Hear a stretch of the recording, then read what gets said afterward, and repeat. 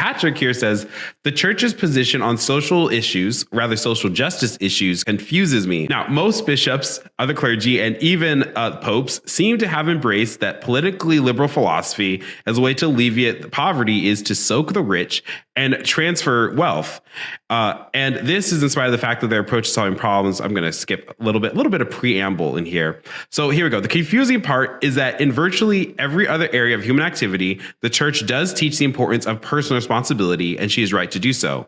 Why then does she persist in promoting the failed idea of a government-enforced redistribution as a cornerstone of her approach to poverty? I think the answer is we need to know the actual social justice teachings of the church and not sort of the modern iteration that we hear a lot. And one of the best, there are really many documents, but I would say one of the key is Rerum Novarum by Pope Leo XIII.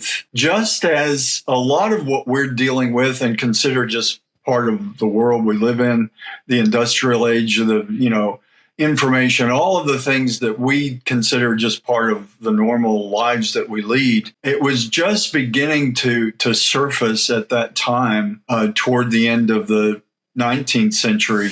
And Rerum Novarum lays down some basic principles that I think get at the question that the caller asks and guides us away from the idea of, big government fixing things, or the idea that, the wealthy are bad and the poor are good.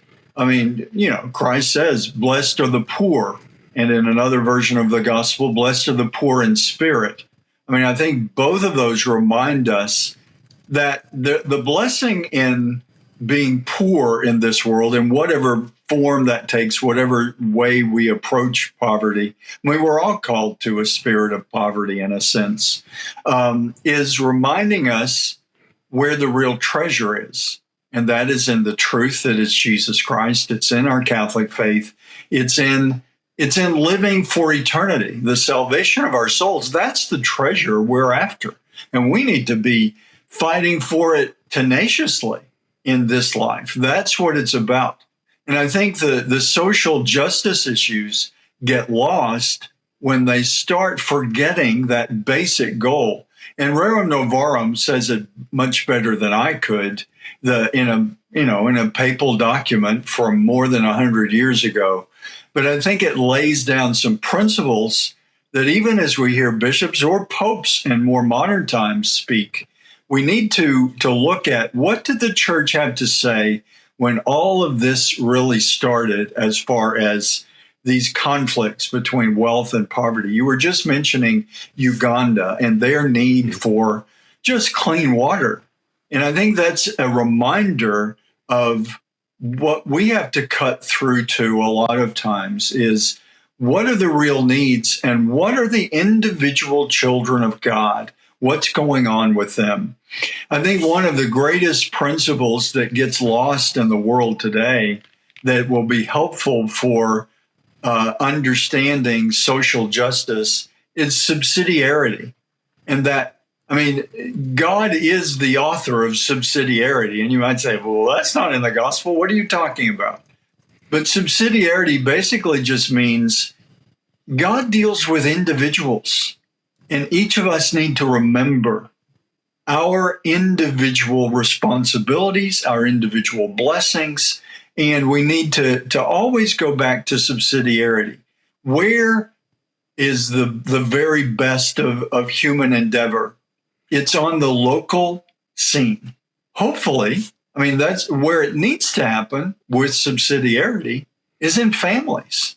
And we know, absolutely, in Uganda or in Texas or wherever we are, the principle of the family being that basic anchor for every human being, it breaks down. Sinfulness enters in, brokenness, sometimes through the fault of the individuals in the family, sometimes it's just circumstances, but it becomes very complicated. But I think that principle of subsidiarity, really it starts with you and I as sons of God and living as responsibly as we can. We have an obligation to meet our needs, to have, adequate food, adequate shelter, adequate everything that helps us be the sons of God we're called to be.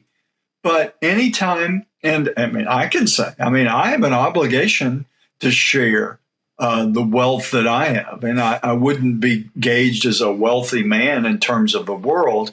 But like I was saying earlier, in our context in the U.S., and there's certainly real poverty in the United States, but even the poverty that we see looks wealthy compared to someone in Uganda who doesn't even have water. That's about as basic as it gets. Mm-hmm. So the social justice issues, I think one of the primary, besides reading something like Rerum Novarum, is basing it on that principle of subsidiarity, looking for the most down-to-earth, local, individual fix that we can find. Security in our homes. Well, that means being a person who respects other people's property and a person who makes the proper steps for not tempting people.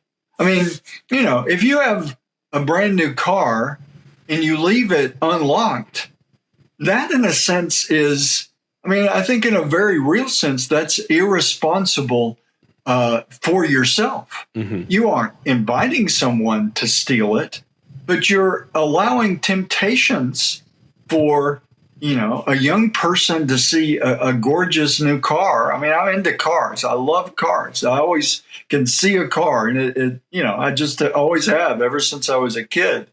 But that can be very tempting. Or anytime when we are less than prudent in our responsibility and subsidiarity, we're leaving it open to tempt someone to do something that's wrong. And so I think it's at those very basic levels that social justice really works. And it gets so lost in some of the rhetoric. To me, the whole border issues and having a secure border, absolutely.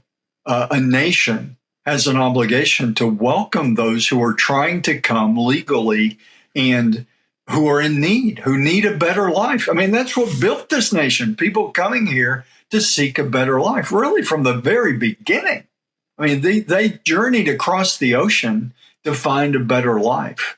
And we've got to keep that spirit in the nation. And that's part of the social justice as well. But it's always, anytime social justice moves beyond the individual, there's at least one other person involved. And usually it's other communities or other nations. It grows to be global. But we always have to use the basic principles. And I guess that's the final thing I would say in this context is go to the principles that Rerum Novarum and other documents lay down about authentic social justice and apply those principles. I think even as church, we too often go with the emotion, go with what we're thinking instead of applying the principles of the basic realities that have been worked out to help guide us through sometimes very difficult decisions, but things that will remind us. And the Lord says in the gospel that when we give of ourselves, we will not have to worry about being rewarded 100-fold. We have to have always that spirit of generosity and recognizing how much do I really need? How much do any of us really need?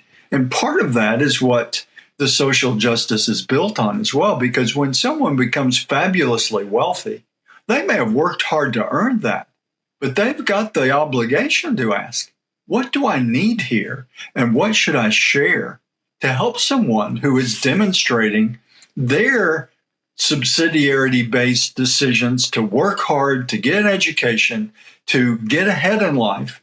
Like I'm sure a lot of those young people in Uganda that you refer to, we have the obligation of helping them get something as basic as water so that they can make those individual choices that allow them to flourish and ultimately approach the ultimate flourishing that's in everlasting life.